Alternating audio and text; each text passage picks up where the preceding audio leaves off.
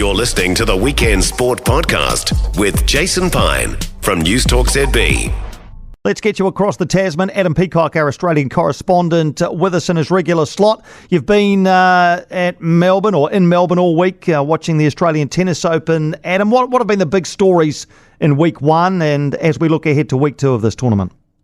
Hard to know where to look, Piney. The women's draw has been decimated with, the top seeds going. Sabalenka looks in incredible form. She had a win yesterday, 6-love in 52 minutes.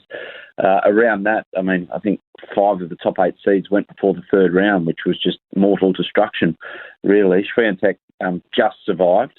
She goes again today.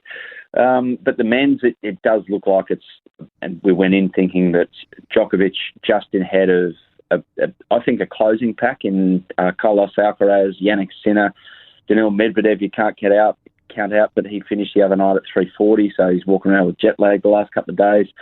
Tsitsipas looks okay, but his back's been playing up. So yeah, there's plenty of intrigue, and it's beautifully set up for the second week. Who's going deepest of the Australian players?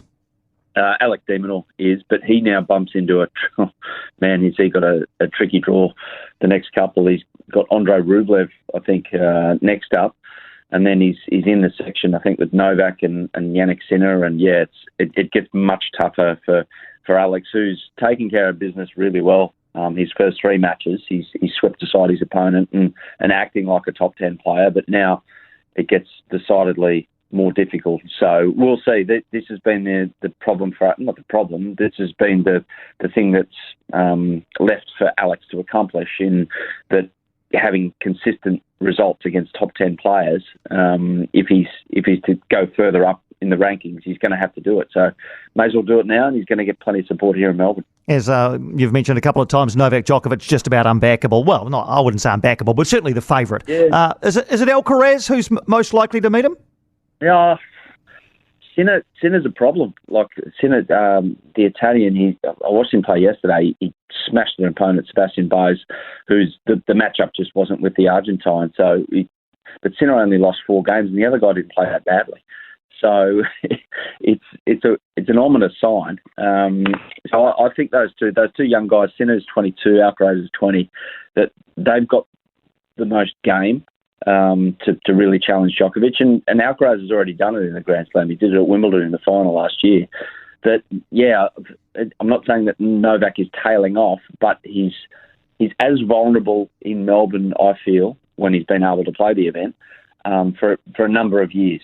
So we'll wait and see what happens. But he's the man. He can step it up to another level. So yeah, that's why I'm fascinated to see what happens in the next 8 days. Across in Adelaide, Australia making no race of the first cricket test against the West Indies, winning on day 3. Adelaide's normally a batter's paradise, and I think Australia even sent the West Indies in this test match. They won it by 10 wickets. This was a bit of a mismatch. Yeah, it was. On paper, everyone was fearful. As soon as the schedule came out, I can remember last summer, it was like, the West Indies are coming back. Oh, no. And then the schedule came out, and because of the World Cup, we've had to play these test matches in late January.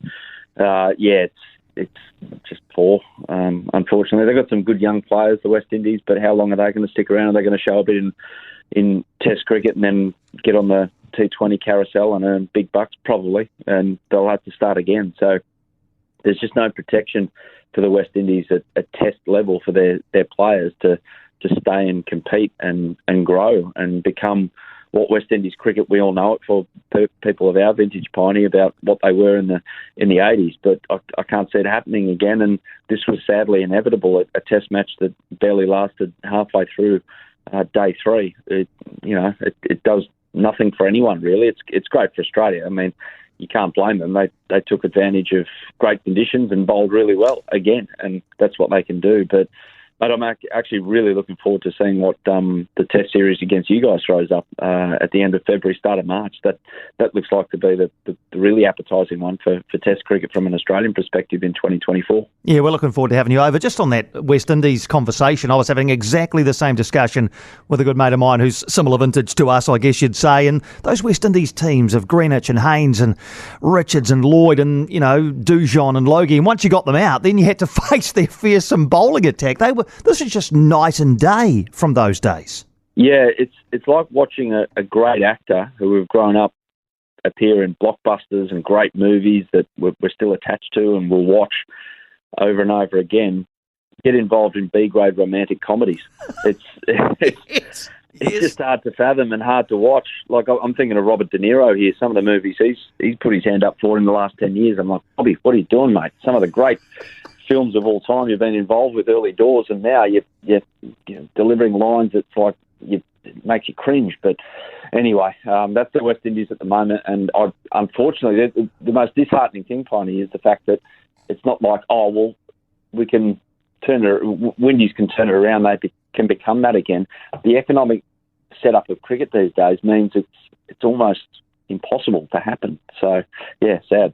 All right, just to finish, Asian Cup, Socceroos are there. They've won their first 2 games against India and Syria. They're through to the knockout rounds even before they play Uzbekistan in their final pool match. How have they looked, though? Scratchy, but Piney, we're a weird team in the sense that I think we actually struggle more against sides that sit back and let us have the ball, and we just don't have that creative spark like other sides would, and be able to take advantage of that. And it's hard playing against 10 outfielders who just want to sit behind the ball on the edge of their box. It's not that easy, and they're dangerous on the counter as well, those two sides. So I think we did well, especially Syria. So I think we did well to get through. The performance isn't really a great concern. The result was the main one in those two. So, yeah, to get through is good. I mean, you look at Japan overnight. They got beaten by Iraq. So it's really opened up the draw. I think now this means that Japan probably bump into Korea in the round of 16. 2 of the big guns, one of them out, round of 16. Australia, the next game against Uzbekistan is a chance to try a few things and get better at that final third. The round of 16 quarterfinal, with the way the draw is, it's going to be similar. We're going to have the majority of the ball. But once we get to the semis, and that for me is par for Australia at the Asian Cup, semis and final, even, and it probably suits us tactically a bit better. So we'll wait and see, but they've taken care of business so far, and that's the main thing. As always, plenty happening on your side of the ditch. Thanks for keeping us updated, Adam. We'll do it again next week.